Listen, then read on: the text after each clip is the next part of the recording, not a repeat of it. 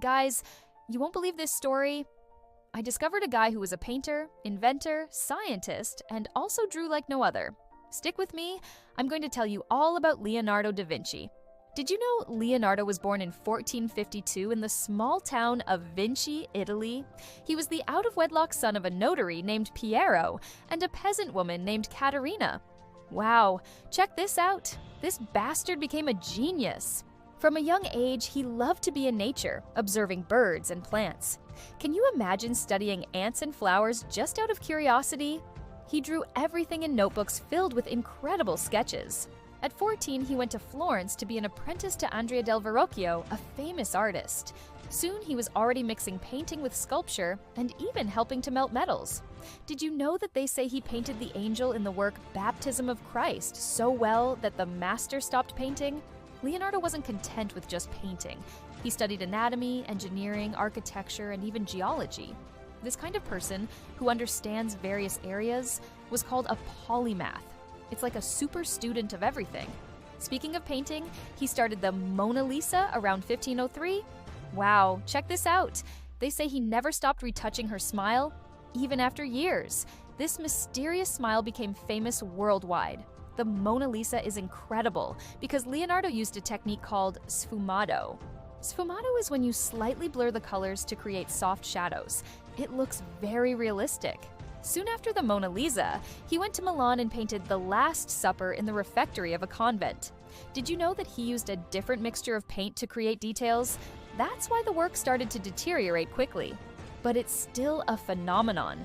Entering the world of science, he performed autopsies on human bodies to understand muscles and bones. Can you imagine seeing the inside of the human body up close in the 15th century? Leonardo recorded everything with hyper-detailed drawings. His notebooks had thousands of pages of notes and sketches. He wrote backward in an inverted script that can only be understood with a mirror. Wow, check out this secret! In the drafts, he designed flying machines like the ornithopter, which tried to imitate the flapping of birds' wings.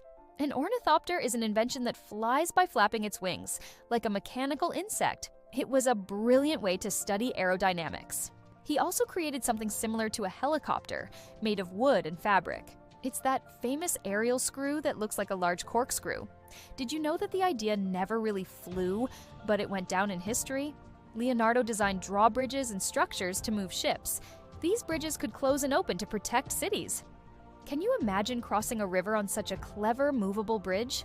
In his military projects, he sketched a war tank covered in metal plates. It was like a primitive armored car with cannons all around. Wow, check this out! He also worked on hydraulic machines, studying water and currents. He planned canals and engines to control rivers. This knowledge helped improve irrigation systems at the time. In addition to paintings and machines, Leonardo loved music.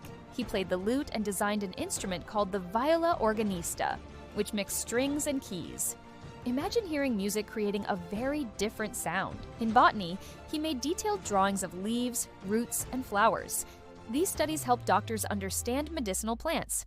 Did you know that he even understood geometric patterns that appear on the petals?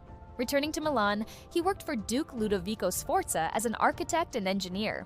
He painted frescoes in palaces and designed musical organs. He was like a general consultant for the Renaissance court.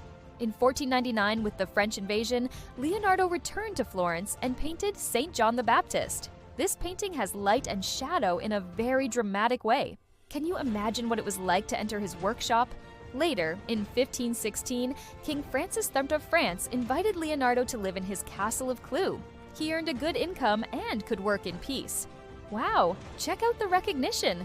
He spent the last 3 years drawing maps, ideal city projects, and studying in his French studio.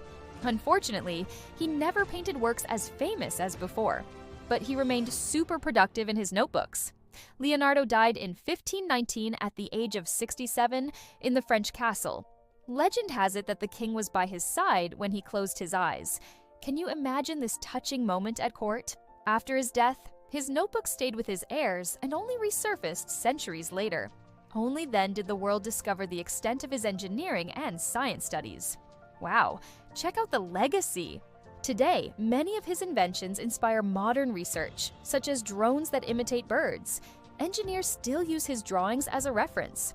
Did you know that some universities have laboratories dedicated to deciphering his projects? In addition, his paintings are in the most famous museums, such as the Louvre in Paris and the Uffizi Gallery in Florence. Thousands of people travel to see the Mona Lisa's smile up close. It's an encounter with history. Leonardo's figure has become the theme of films, games, and books. He appears as an almost magical character who united art and science like no other. Have you seen any adaptations of him in the cinema? The most incredible thing is that even 500 years later, we are still surprised by his ideas. This shows how curiosity and creativity can change the world.